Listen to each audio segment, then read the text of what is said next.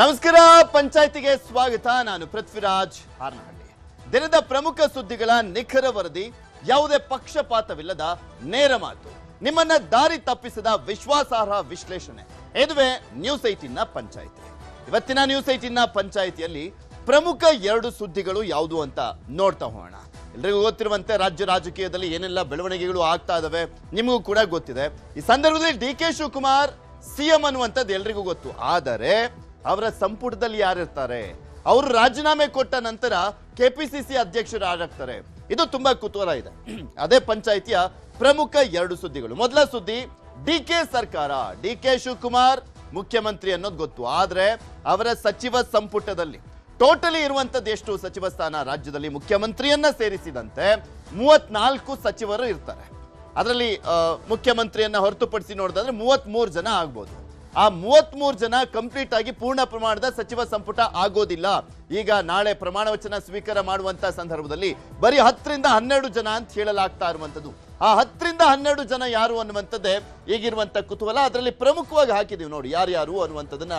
Ramalinga Reddy, Parameshwar, M B. Patil, Yathindra, Priyank Kharge, K J. George, Krishna ಬೈರೇಗೌಡರು, Eshwar Khandre, U T. Khader, ಇವರ ಹೆಸರುಗಳು ಆಲ್ಮೋಸ್ಟ್ ಕನ್ಫರ್ಮ್ ಆಗಿದೆ ಅಂತ. ಡಿ.ಕೆ. ಸರ್ಕಾರದಲ್ಲಿ ಮೊದಲ ಹಂತದ ಸಚಿವ ಸಂಪುಟ ರಚನೆ ಆಗ್ತಾ ಇರುವ ಸಂದರ್ಭದಲ್ಲಿ ಸುಮಾರು 10ರಿಂದ 12 ಜನ ಸಚಿವರಾಗಬಹುದು ಅಂತ. ಸೊ ಹೀಗಾಗಿ ಬರೀ 10 ಜನ ಮಾತ್ರ ಸಚಿವ ಸಂಪುಟದಲ್ಲಿ ಇರ್ತಾರೆ. ಇನ್ನ ಉಳಿದಂತೆ 23 ಜನ ಯಾರಾಗ್ತಾರೆ ಅನ್ನುವಂಥದ್ದು ಕೂಡ ಅಷ್ಟೇ ಕುತೂಹಲ ಕೆಡೆ ಮಾಡಿಕೊಟ್ಟಿದೆ. ಅದು ಯಾಕೆ ಅನ್ನುವಂಥದ್ದು ಹೇಳ್ತಾ ಹೋಗ್ತೀನಿ. ಇನ್ನ ಎರಡನೇ ಸ್ಟೋರಿ ಯಾವುದು ಅಂತ ನೋಡ್ತಾ ಹೋದಾದ್ರೆ, ಕೆಪಿಸಿಸಿ ಅಧ್ಯಕ್ಷರು ಯಾರಾಗ್ತಾರೆ ಅಂತ. ಡಿ.ಕೆ. ಶಿವಕುಮಾರ್ ಮುಖ್ಯಮಂತ್ರಿ ಆಗುವಂತ ಹಿನ್ನೆಲೆಯಲ್ಲಿ ಕೆಪಿಸಿಸಿ ಅಧ್ಯಕ್ಷ ಸ್ಥಾನ ತೆರವಾಗುತ್ತೆ. ಅದಕ್ಕೆ ರಾಜೀನಾಮೆ ಕೊಡ್ತಾರೆ.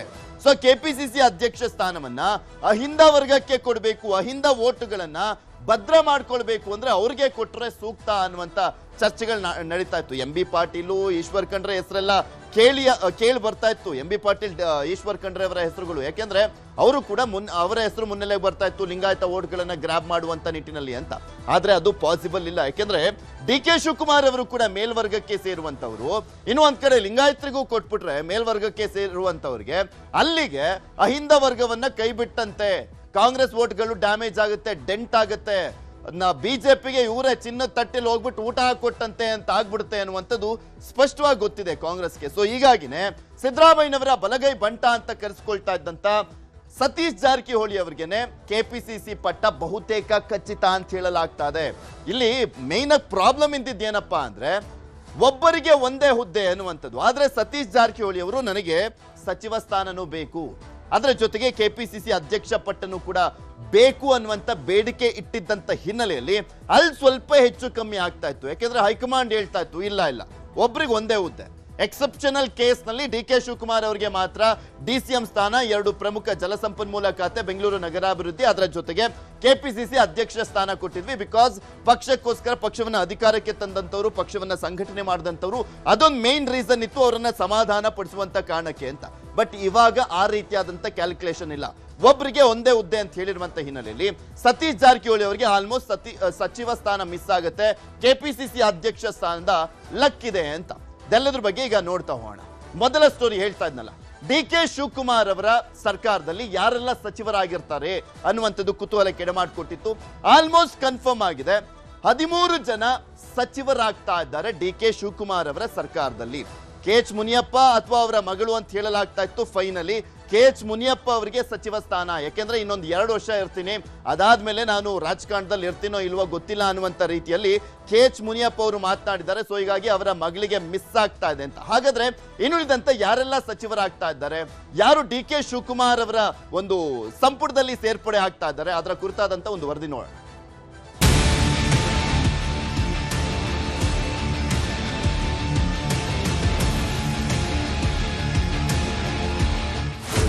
Dedication. I don't tell it was not a dream. Dedication with hard work. It is not Shukumar here. It is a Congress worker who stood on this democratic setup with the history of the Congress party. DKShi ಸಂಪುಟಕ್ಕೆ 10ಕ್ಕೂ ಹೆಚ್ಚು ಶಾಸಕರ ಸೇರ್ಪಡೆ. ಅಳೆದು ತೂಗಿ ಲೆಕ್ಕ ಹಾಕಿರೋ high command. DK Shivakumar ಸಂಪುಟ ರಚನೆ ವಿಚಾರವಾಗಿ ಬೆಳಿಗ್ಗೆಯಿಂದಲೇ ದೆಹಲಿಯಲ್ಲಿ ಹೈ ವೋಲ್ಟೇಜ್ ಮೀಟಿಂಗ್ ನಡೆಯಿತು. ಮಲ್ಲಿಕಾರ್ಜುನ್ ಖರ್ಗೆ, ಕೆಸಿ ವೇಣುಗೋಪಾಲ್ ಮನೆಯಲ್ಲಿ ನಡೆದ ಸುದೀರ್ಘ ಸಭೆಗಳ ಬಳಿಕ ನಾಳೆ ಡಿಕೆ ಜೊತೆಗೆ ಪ್ರಮಾಣ ವಚನ ಸ್ವೀಕರಿಸುವ ಶಾಸಕರ ಹೆಸರು ಫೈನಲ್ ಮಾಡಲಾಗಿದೆ. ದೆಹಲಿ ಕಾಂಗ್ರೆಸ್ ಮೂಲಗಳಿಂದ ನ್ಯೂಸ್ 18ಗೆ ದೆಹಲಿಯಲ್ಲಿ ತೀರ್ಮಾನವಾದ ಆ ಹೆಸರುಗಳ ಲಿಸ್ಟ್ ಸಿಕ್ಕಿದೆ.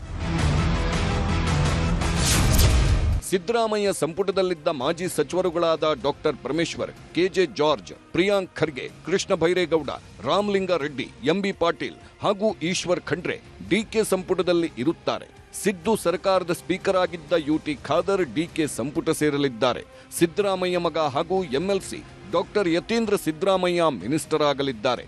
ಕೆಜಿಎಫ್ ಶಾಸಕಿ ರೂಪಾ ಶಶಿಧರ್ ಕೂಡ ನಾಳೆ ಮಂತ್ರಿಯಾಗಲಿದ್ದಾರೆ.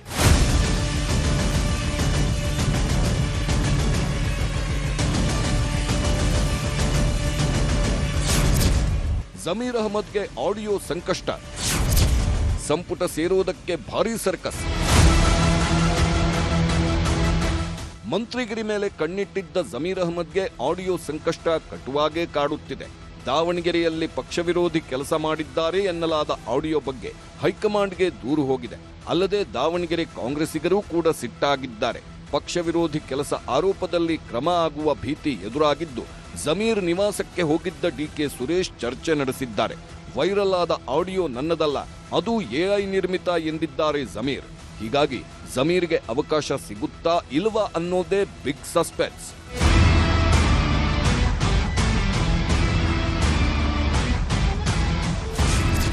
ವಿಧಾನಸೌಧಕ್ಕೆ ಡಿಕೆ ಆಪ್ತ ಜ್ಯೋತಿಷಿ ಆರಾಧ್ಯ, ಸಿಎಂ ಕಚೇರಿ ವಾಸ್ತು ಬದಲಾವಣೆಗೆ ಸೂಚನೆ.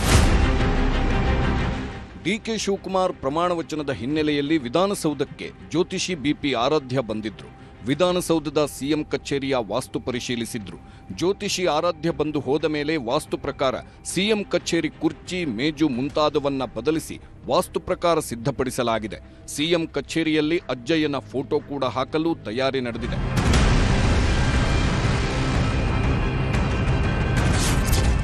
ಡಿಕೆ ಶಿವಕುಮಾರ್ ಪಟ್ಟಾಭಿಷೇಕಕ್ಕೆ ಸರ್ವಸಿದ್ಧತೆ. ಲೋಕಭವನ, ವಿಧಾನಸೌಧದಲ್ಲಿ ಪೊಲೀಸ್ ಭದ್ರತೆ. ಸಿನಿ ಕಲಾವಿದರು, ಸ್ವಾಮೀಜಿಗಳು, ಗಣ್ಯರಿಗೆ ಆಹ್ವಾನ. ಕರ್ನಾಟಕ ರಾಜ್ಯದ 25ನೇ ಮುಖ್ಯಮಂತ್ರಿಯಾಗಿ ನಾಳೆ ಡಿಕೆ ಶಿವಕುಮಾರ್ ಪ್ರಮಾಣ ವಚನ ಸ್ವೀಕರಿಸಲಿದ್ದಾರೆ. ನಾಳೆ ಸಂಜೆ 4:05 ಲೋಕಭವನದಲ್ಲಿ ಮುಹೂರ್ತ ಫಿಕ್ಸ್ ಆಗಿದೆ. There was a dedication. I don't tell it was not a dream. It was a dedication. Dedication with hard work. So it was a tough, troubling times. Though it has been delayed, it was not been denied. So the entire party, I feel that it is not Shukumar here. It is a Congress worker who stood on this democratic setup with the history of the Congress party, who believed. I named the theatre on the death day of Indira Gandhi as Indraji Chitra Mandir. That is the commitment I had with the Gandhi family, and they believed me. And they gave me various opportunities. So it was my bound duty to be very loyal to the family, from Rajiv ji to till now. So I want how they have sacrificed for the various positions. Sonia Gandhi's sacrifice, she could have become the Prime Minister. Rahul Gandhi would have become the Prime Minister. But they did not. Ultimately they fought. Now Rahulji walked on the streets of this country. Tell me which leader has taken such a big decision, making very hard work. ಲೋಕಭವನದ ಸಂಪ್ರದಾಯವೇ ಬದಲು. ಪೂರ್ವಾಭಿಮುಖವಾಗಿ ನಿಂತು ಪ್ರಮಾಣ. ಲೋಕಭವನದ glass ಹೌಸ್ನಲ್ಲಿ ವಿಭಿನ್ನ ವೇದಿಕೆ ವ್ಯವಸ್ಥೆ ಮಾಡಲಾಗ್ತಿದೆ. DK Shivakumar ಪೂರ್ವಾಭಿಮುಖವಾಗಿ ನಿಂತು ಪ್ರಮಾಣ ವಚನ ಸ್ವೀಕರಿಸಲು ನಿರ್ಧರಿಸಿರುವ ಕಾರಣಕ್ಕೆ ಅದೇ ಮಾದರಿಯ ವೇದಿಕೆ ಸಿದ್ಧಗೊಳ್ಳುತ್ತಿದೆ. ಈ ಮೂಲಕ ಹೊಸ ಸಂಪ್ರದಾಯಕ್ಕೆ ನಾಂದಿ ಹಾಡಿದ್ದಾರೆ ಡಿಕೆಶಿ. ಸರ್ವಧರ್ಮ ಸಮಾಗಮ ಸಾರ್ವಭೌಮ ವೇದಿಕೆ. ಡಿಕೆ ಶಿವಕುಮಾರ್ ಪ್ರಮಾಣ ವಚನಕ್ಕೆ ಸರ್ವಧರ್ಮ ಸಮಾಗಮವಾಗಲಿದೆ. 55 ಸ್ವಾಮೀಜಿಗಳು, ಫಾದರ್ಗಳು, ಬಿಕ್ಕುಗಳು ಹಾಗೂ ಮೌಲ್ವಿಗಳಿಗೆ ಆಹ್ವಾನ ನೀಡಲಾಗಿದೆ. ಸ್ವಾಮೀಜಿಗಳಿಗಾಗಿ ಪ್ರತ್ಯೇಕವಾಗಿ 40 ಆಸನಗಳ ವ್ಯವಸ್ಥೆ ಮಾಡಲಾಗಿದೆ. 2000 ವಿಐಪಿ ಪಾಸ್ ಇದ್ದರಷ್ಟೇ ಅವಕಾಶ. ರಾಜಭವನದಲ್ಲಿ ಗಣ್ಯರು ಕೂರಲು ಒಟ್ಟು 3500 ಪ್ರತ್ಯೇಕ ಆಸನಗಳ ವ್ಯವಸ್ಥೆ ಮಾಡಲಾಗಿದೆ. 2000 ವಿಐಪಿ ಪಾಸ್ ವಿತರಣೆ ಮಾಡಿದ್ದು ಪಾಸ್ ಇದ್ದರಷ್ಟೇ ಅವಕಾಶ. ಕರ್ನಾಟಕದ ನೂತನ ಮುಖ್ಯಮಂತ್ರಿಯಾಗಿ ಡಿಕೆ ಶಿವಕುಮಾರ್ ಅವರ ಪ್ರಮಾಣ ವಚನಕ್ಕೆ ಲೋಕಭವನ ಸಜ್ಜಾಗ್ತಿರುವಂಥದ್ದು. ನಾವೀಗ ಲೋಕಭವನದ ಬಳಿ ಇದ್ದೀವಿ. ಲೋಕಭವನದ ಗಾಜಿನ ಮನೆಯ ಒಳಗಡೆ ನಾಳೆ ಸಂಜೆ 4:05 ಸುಮಾರಿಗೆ ಡಿಕೆ ಶಿವಕುಮಾರ್ ಅವರು ಕರ್ನಾಟಕದ ರಾಜ್ಯದ ಮುಖ್ಯಮಂತ್ರಿಯಾಗಿ ಅಧಿಕಾರವನ್ನು ಸ್ವೀಕಾರವನ್ನು ಮಾಡ್ತಿದ್ದಾರೆ. ಹಾಗಾಗಿ ಸಾಕಷ್ಟು ಸಿದ್ಧತೆಯನ್ನ ಇಲ್ಲಿ ಮಾಡ್ಕೊಂಡಿರುವಂಥದ್ದು. ಈಗಾಗಲೇ ಪ್ರಮುಖವಾಗಿ ಆ ಒಂದು ಕಾರ್ಯಕ್ರಮದಲ್ಲಿ ಬೇರೆ ರಾಜ್ಯದ ಕಾಂಗ್ರೆಸ್ನ ಮುಖ್ಯಮಂತ್ರಿಗಳಾಗಿರ್ಬೋದು, ಮತ್ತೊಂದು ಕಡೆ ಕಾಂಗ್ರೆಸ್ನ ರಾಷ್ಟ್ರೀಯ ನಾಯಕರಾಗಿರ್ಬೋದು, ಅದ್ರ ಜೊತೆಗೆ ವಿವಿಧ ಮಠದ ಸ್ವಾಮೀಜಿಗಳೆಲ್ಲರೂ ಕೂಡ, ಸರ್ವಧರ್ಮದ ಸ್ವಾಮೀಜಿಗಳು ಕೂಡ ಭಾಗಿಯಾಗ್ತಾ ಇದ್ದಾರೆ. ಹಾಗಾಗಿ ನಾಳೆ ಸಂಜೆ 4 ಗಂಟೆ ಸುಮಾರಿಗೆ ರಾಜ್ಯಪಾಲರಾಗಿರ್ತಕ್ಕಂಥ ತಾವರ್ ಚಂದ್ ಗೆಹ್ಲೋಟ್ ಅವರು ನೂತನ ಮುಖ್ಯಮಂತ್ರಿಗಳಾಗಿರ್ತಕ್ಕಂಥ ಡಿಕೆ ಶಿವಕುಮಾರ್ ಅವರಿಗೆ ಪ್ರಮಾಣ ವಚನವನ್ನು ಕೂಡ ಈಗಾಗಲೇ ಬೋಧನೆಯನ್ನು ಕೂಡ ಮಾಡಲಿದ್ದಾರೆ.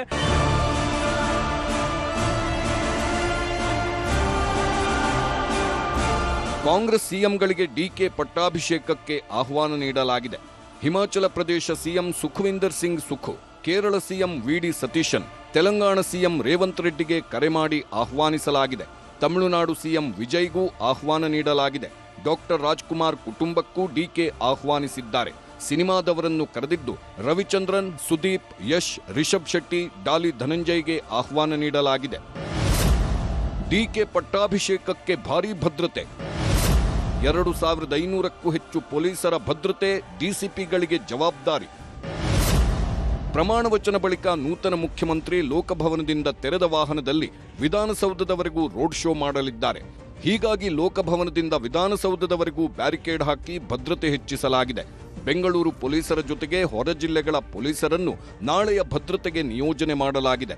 2500ಕ್ಕೂ ಹೆಚ್ಚು ಪೊಲೀಸರ ಭದ್ರತೆ ಮಾಡಿದ್ದು ಡಿಸಿಪಿಗಳಿಗೆ ಜವಾಬ್ದಾರಿ ನೀಡಲಾಗಿದೆ. ರಾಜಭವನ, ವಿಧಾನಸೌಧ ಬಳಿ ಎಲ್ಇಡಿ ಸ್ಕ್ರೀನ್ ಅಳವಡಿಕೆ ಮಾಡಲಾಗಿದೆ.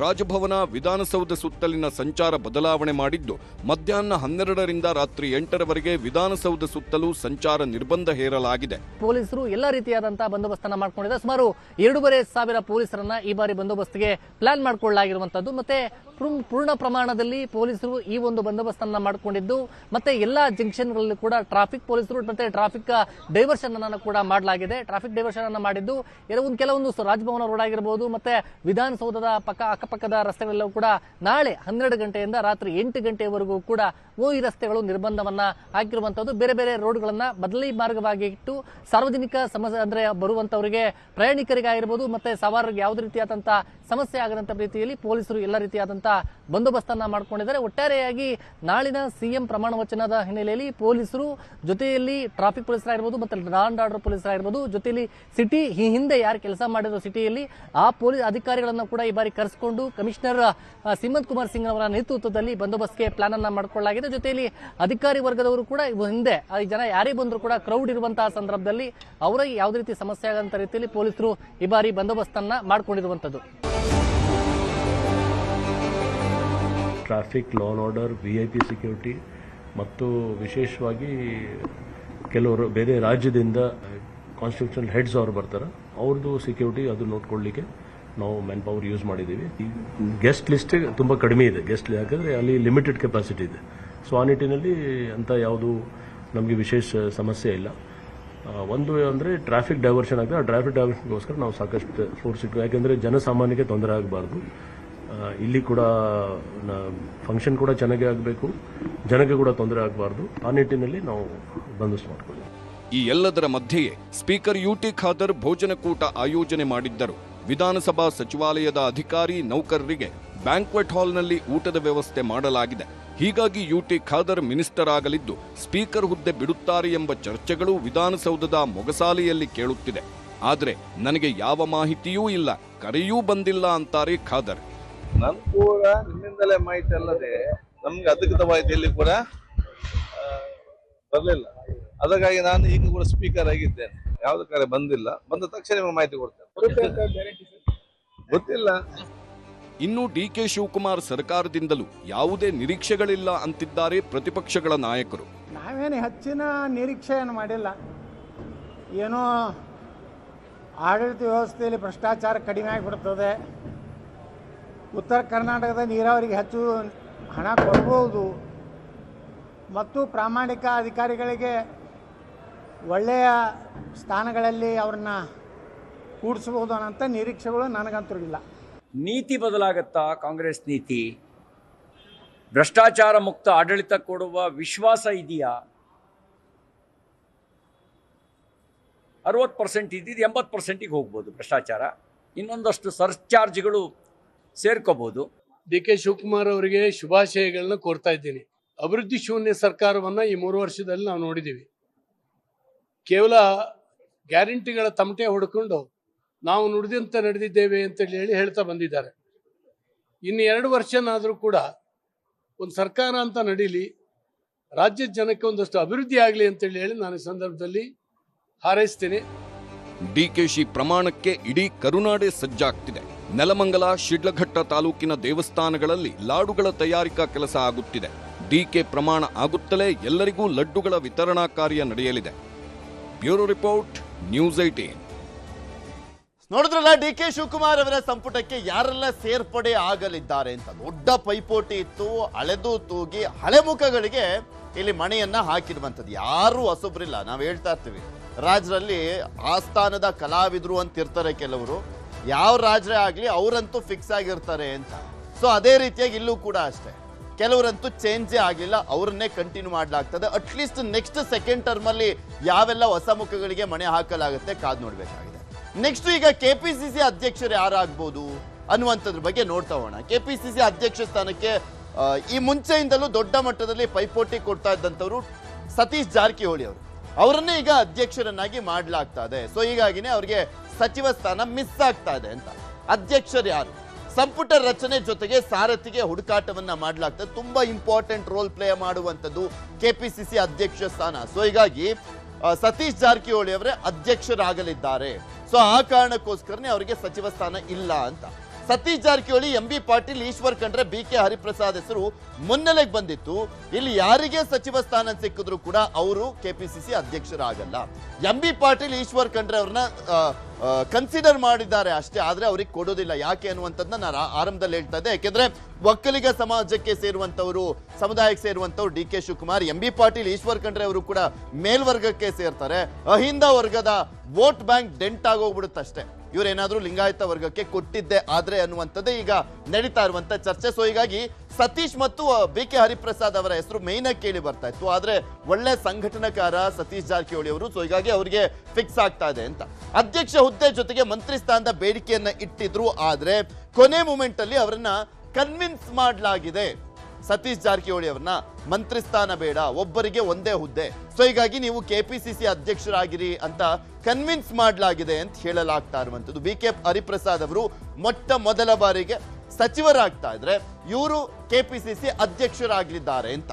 ಅಧ್ಯಕ್ಷ ಹುದ್ದೆ ಜೊತೆಗೆ ಅವರು ಕೇಳಿದ್ದು, ಅದನ್ನ ಕನ್ಸಿಡರ್ ಮಾಡಿಲ್ಲ. ಒಬ್ಬರಿಗೆ ಒಂದೇ ಹುದ್ದೆ ಸೂತ್ರದಡಿ ಚೌಕಾಸಿಯನ್ನ ಮಾಡಿದ ಬಳಿಕ ಸತೀಶ್ ಜಾರಕಿಹೊಳಿ ಅವರನ್ನ ಒಪ್ಪಿಸಲಾಗಿದೆ ಅಂತ. ಅವ್ರ ಆತಂಕ ಇದ್ದಿದ್ದು ಏನಪ್ಪಾ ಅಂದ್ರೆ, ಸಚಿವ ಸ್ಥಾನ ಯಾಕೆ ಹೇಳ್ತಾ ಇದ್ರು ಅಂದ್ರೆ, ಬೆಳಗಾವಿ ಹಿಡಿತ, ಅಲ್ಲಿ ಸಚಿವರಾಗಿದ್ಕೊಂಡು ಬೆಳಗಾವಿಯ ಉಸ್ತುವಾರಿ ಆದಂತಹ ಸಂದರ್ಭದಲ್ಲಿ ತನ್ನ ಹಿಡಿತದಲ್ಲೇ ಬೆಳಗಾವಿ ಇರುತ್ತೆ ಅಂತ. ಅಕಸ್ಮಾತ್ ಇವ್ರು ಆಗದೆ ಹೋದ್ರೆ, ಸಚಿವರಾಗಿ ಬೆಳಗಾವಿ ಉಸ್ತುವಾರಿ ಆಗದೇ ಇದ್ರೆ, ಇವ್ರು ಕೆಪಿಸಿಸಿ ಅಧ್ಯಕ್ಷರಾಗಿದ್ರು ಕೂಡ ಬೆಳಗಾವಿಯ ನಿಯಂತ್ರಣ ಅನ್ನುವಂಥದ್ದು ಒಂದು ಲಕ್ಷ್ಮೀ ಹೆಬ್ಬಾಳ್ಕರ್ ಅಥವಾ ಲಕ್ಷ್ಮಣ್ ಸವದಿ ಯಾರಾದ್ರೂ ಮಂತ್ರಿಗಳಾದ್ರೆ ಅವ್ರ ಹಿಡಿತಕ್ಕೆ ಹೋಗುತ್ತೆ, ಡಿ ಕೆ ಶಿವಕುಮಾರ್ ಅವರ ಕಂಟ್ರೋಲ್ಗೆ ಹೋಗ್ಬಿಡುತ್ತೆ ಅನ್ನುವಂಥ ಭಯ ಕಾಡ್ತಾ ಇತ್ತು. ಆ ಕಾರಣಕ್ಕೋಸ್ಕರ ಬೇಡಿಕೆ ಇಟ್ಟಿದ್ರು ಅಂತ. ಸೊ ಹೀಗಾಗಿ ಈಗ ಕನ್ವಿನ್ಸ್ ಮಾಡಲಾಗಿದೆ ಅವ್ರನ್ನ. ಸತೀಶ್ ಜಾರಕಿಹೊಳಿ ಕೆಪಿಸಿಸಿ ಅಧ್ಯಕ್ಷ ಬಹುತೇಕ ಅವರೇ ಅಂತ ಹೇಳಲಾಗ್ತಾ ಇರುವಂತದ್ದು. ನಾಳೆ ಕಂಪ್ಲೀಟ್ ಆಗಿ ಗೊತ್ತಾಗ್ತಾ ಹೋಗುತ್ತೆ. ಸತೀಶ್ ಜಾರಕಿಹೊಳಿ ಅವರು ಮಂತ್ರಿ ಆದ್ರೆ ನೋ ಕೆಪಿಸಿಸಿ ಅಧ್ಯಕ್ಷ, ಮಂತ್ರಿ ಆಗದೇ ಇದ್ರೆ ಬರ್ದಿಟ್ಕೊಳ್ಳಿ ಅವರೇ ಕೆಪಿಸಿಸಿ ಅಧ್ಯಕ್ಷರು. ಇನ್ನ ಡಿಸಿಎಂ ಇಲ್ಲ, ಡಿ ಕೆ ಸಂಪುಟದಲ್ಲಿ ಡಿಸಿಎಂ ಹುದ್ದೆ ಬಹುತೇಕ ಇಲ್ಲ. ಯಾವುದೇ ಮುಖ್ಯಮಂತ್ರಿಗಳನ್ನ ತಗೊಳ್ಳಿ, ಮತ್ತೊಂದು ಪವರ್ ಹೌಸ್ ಅನ್ನ ಅವರು ಸೃಷ್ಟಿ ಮಾಡ್ಕೊಳ್ಳಕ್ ಇಷ್ಟಪಡುವಂತವ್ರಲ್ಲ.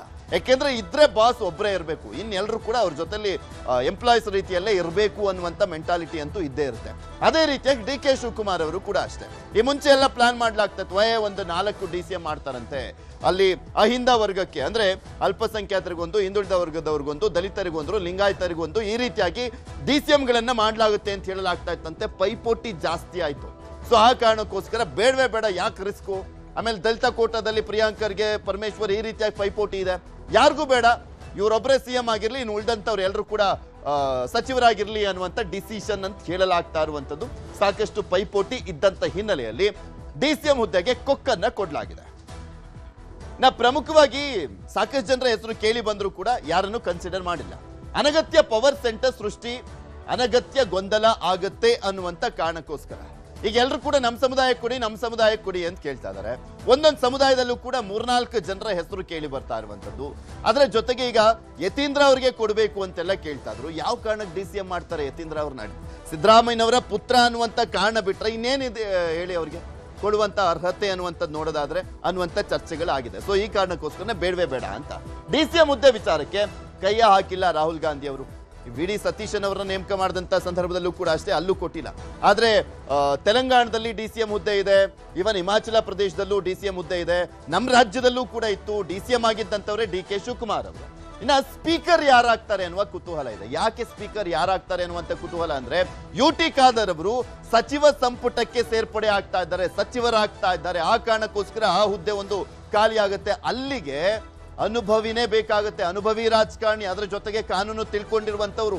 ಅಲ್ಲಿರುವಂತ ಈಗ ಎಕ್ಸ್ಪರ್ಟ್ ಯಾರಪ್ಪ, ಹಾಗೆ ಹಿರಿಯರು ಯಾರಪ್ಪ ಅಂತ ನೋಡೋದಾದ್ರೆ ಅತಿ ಹೆಚ್ಚು ಬಾರಿ ಆಯ್ಕೆ ಆಗಿರುವಂತದ್ದು ಆರ್ ವಿ ದೇಶಪಾಂಡೆ. 9 ಬಾರಿ MLA, ನೆನಪಿರ್ಲಿ, ಅವರೇ ಅತಿ ಹೆಚ್ಚು ಬಾರಿ ಆಯ್ಕೆ ಆಗಿರುವಂತ MLA ಈಗಿರುವಂತ ಸದಸ್ಯರ ಪೈಕಿ. ಆದ್ರೆ ಅವ್ರು ಬಿಲ್ಕುಲ್ ಒಪ್ಕೊಳ್ತಲ್ಲ. ಅದನ್ನ ಬಿಟ್ರೆ ಕಾನೂನು ಅರಿವು, ಎಲ್ಲರನ್ನೂ ಕೂಡ ಸಮಾಧಾನ ಮಾಡುವಂತ ಒಂದು ಸ್ವಲ್ಪ ಕೆಪಾಸಿಟಿ, ಕೇಪಬಿಲಿಟಿ ಇರುವಂತದ್ದು HK ಪಾಟೀಲ್ ಅವರ ಹೆಸರೇ ಮೇನ್ ಆಗಿ ಮುನ್ನೆಲೆಯಲ್ಲಿದೆ.